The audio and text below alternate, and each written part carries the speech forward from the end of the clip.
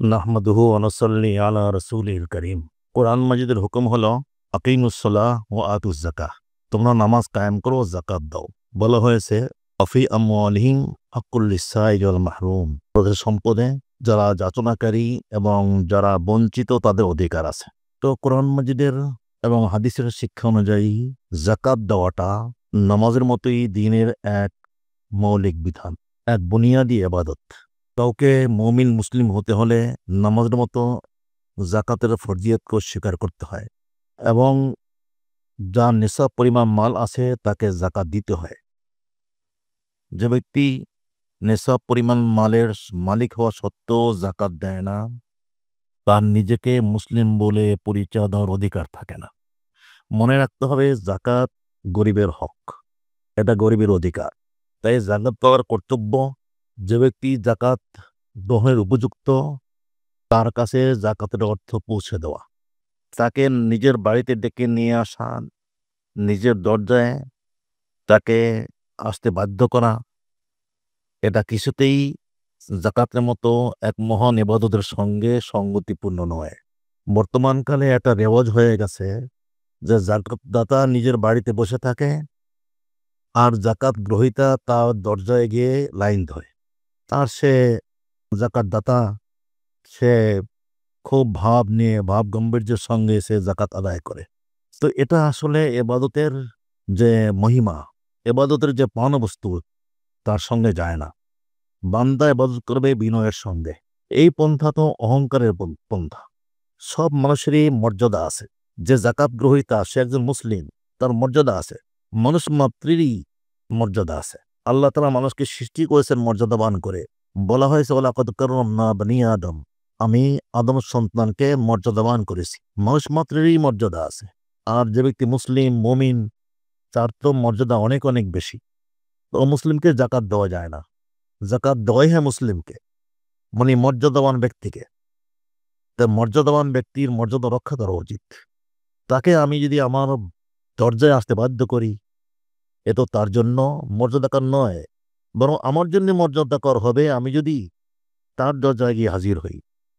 এটা নিয়ম। নেমাল আমির আলা বাবিল ফকির ও বিসাল ফকির আলা বাবিল আমির।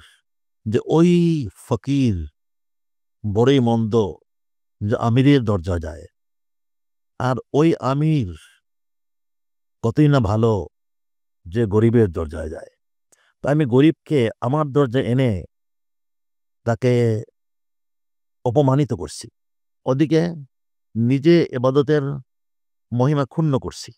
যাকাত দেওয়ার যে সার্থকতা, আমি তা থেকে অনেকাংশেই বঞ্চিত হচ্ছি।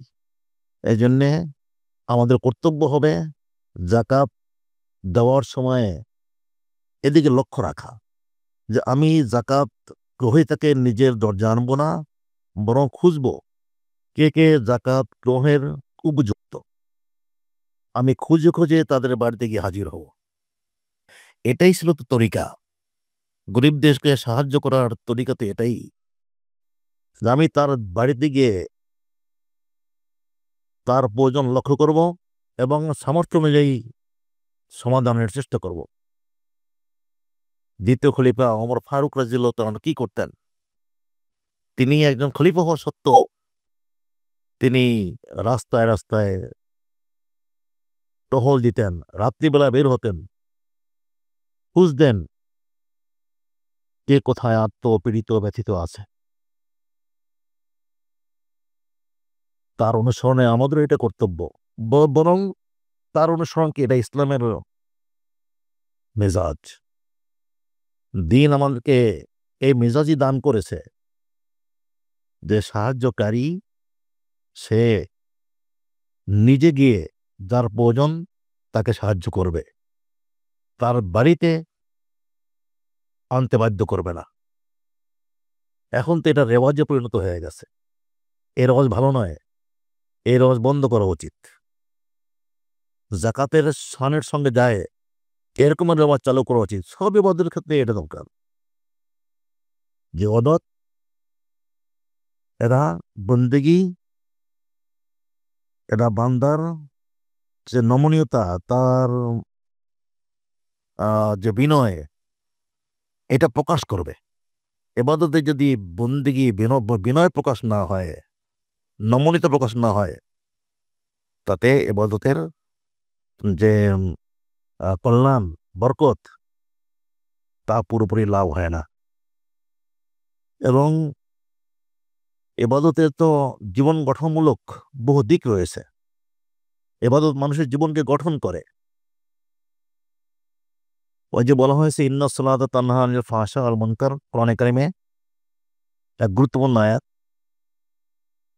যে নামাজ মানুষকে অন্যায় অশ্লীল কাজ থেকে বিরত রাখে।